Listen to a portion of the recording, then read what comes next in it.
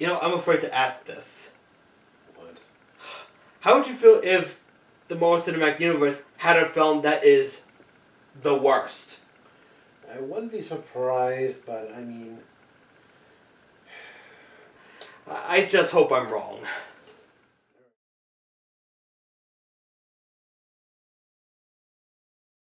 Hey, wait a minute! What about Captain America Brave New World? You're missing that one! Oh!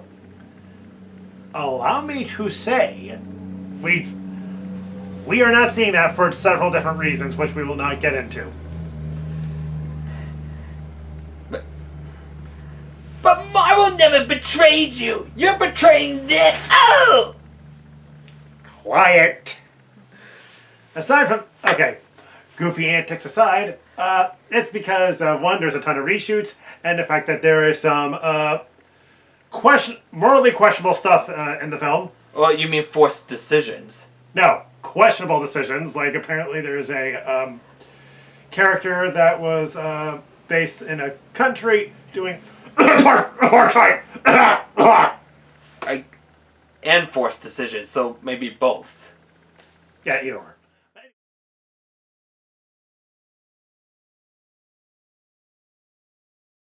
Strike one, Marvel! Strike one! Marvel! Strike one!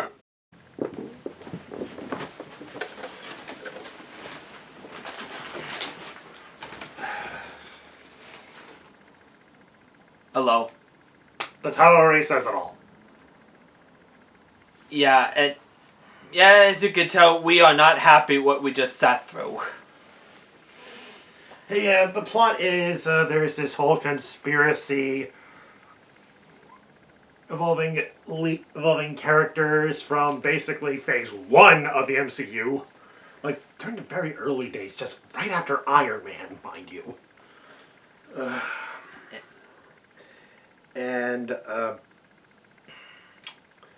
there's Red Hulk, Who only shows up in the climax, even though the marketing just pretty much gave it away. I mean, what the hell? Yeah, you're right. Yeah, there's not much plot. Let's fucking face it. And let's just give what we thought about this film right now. Like, this film was incredibly You first. it was a disappointment, and to let you know, this is one little fact. This is the first Marvel movie that we actually did not like. Yeah, the very first.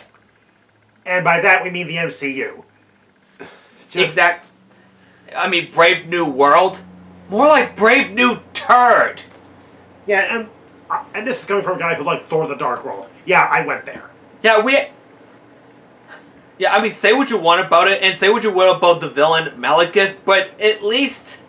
Here there's just... Where the fuck do I begin? Yeah, okay, let's go with the main actors, like Anthony Mackie and Harrison Ford. They look like they were really trying. Yeah, they were doing their best. I mean, it's not their fault. Like, you can't blame them for having a shitty script. And you can almost see that Harrison Ford almost looked like he was trying. But...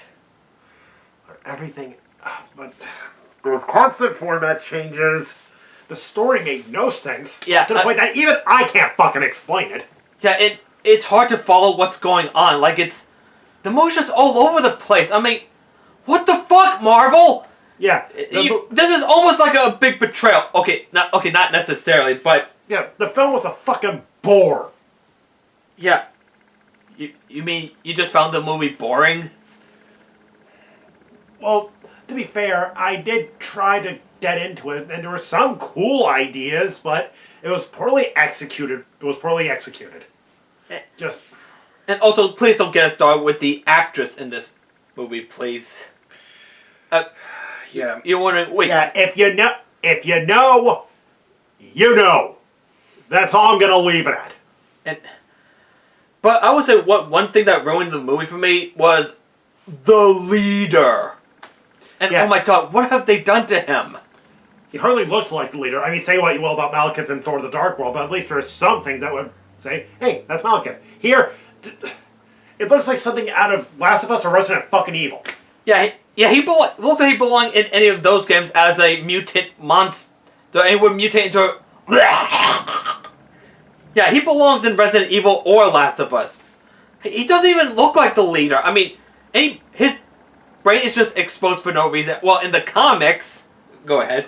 His head was massive. He was green, and he kind of looked intimidating. But in this, he looks like a lifeless zombie. Yeah, just... I mean, like in Shin Godzilla. Oh, okay, I don't want to know. There's nothing against Shin Godzilla. We love Shin Godzilla. Yeah, I mean, it made sense for Godzilla looking all disfigured because he was some kind of fish. But in this, what the hell are we looking at? And if Baggy saw this, she'd be like, I'm sorry, what the fuck was that? Oh, okay, what? You're okay? Yeah, I just... And, okay, some of the action is good, but it's not enough to save this movie. And also this Celestial Island. Remember that? Remember that in Eternals? Oh, okay, I'm gonna stop. I'm sorry. It's just... you could have worked something there. Like I said, good ideas, poorly executed. And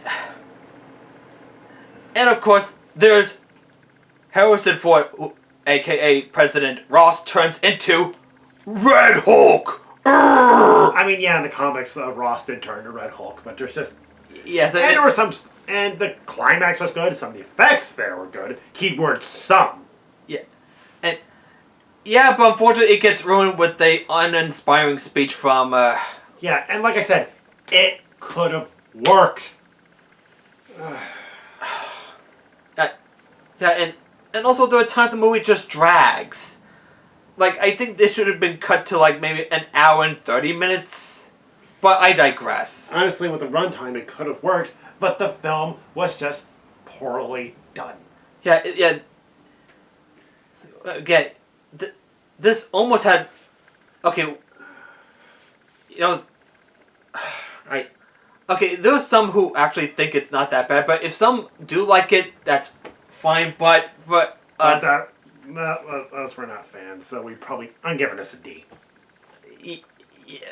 I would probably give it a D minus, but this will not be on the blacklist.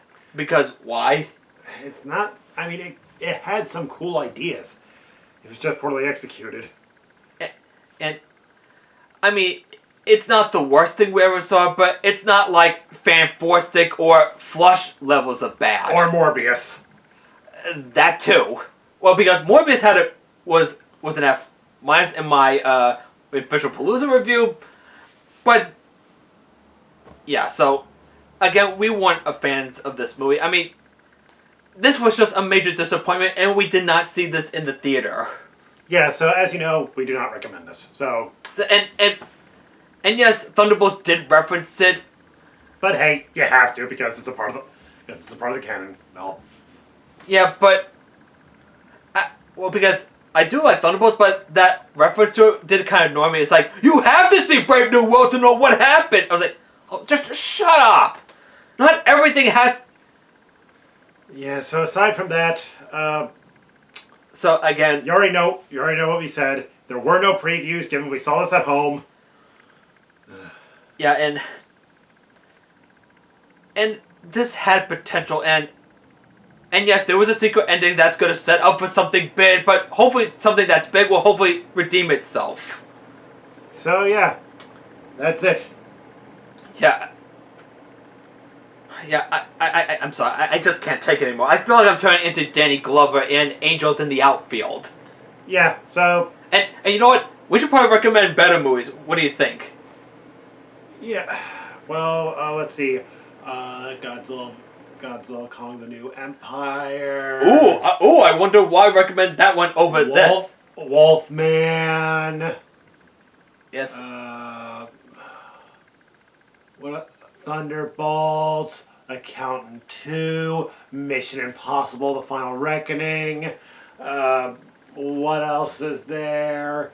What other movies did we see? I'm having a bit of a brain fart. Keep going. What else? All the other movies that Oh, Sinners. Sinners, Novocaine, Love Hurts. And The Day the Earth Blew Up. Yeah, the list goes on. I have plenty of other movies that are better than this. So that being said, that's it. Yeah, and also, why recommend New Empire over Brave New Turd? Because it's actually competently made. Yeah, and it was actually more fun and didn't take itself too seriously.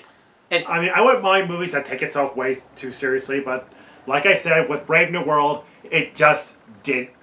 The ideas weren't executed well. So Yeah. that being said, So yeah, Brave New World is just fail. So, with that, this is Brock McGinnis and Dean. of Light Post Film signing off, and have a good rest of your day. Just join us next time when we have another movie, hopefully better than this. So, take care. And probably enjoy intermission. And again, Godzilla Kong: The New Empire is a much better movie than this movie. All right. Okay, I'm done. Enjoy the intermission for a few seconds. Take Bye. care.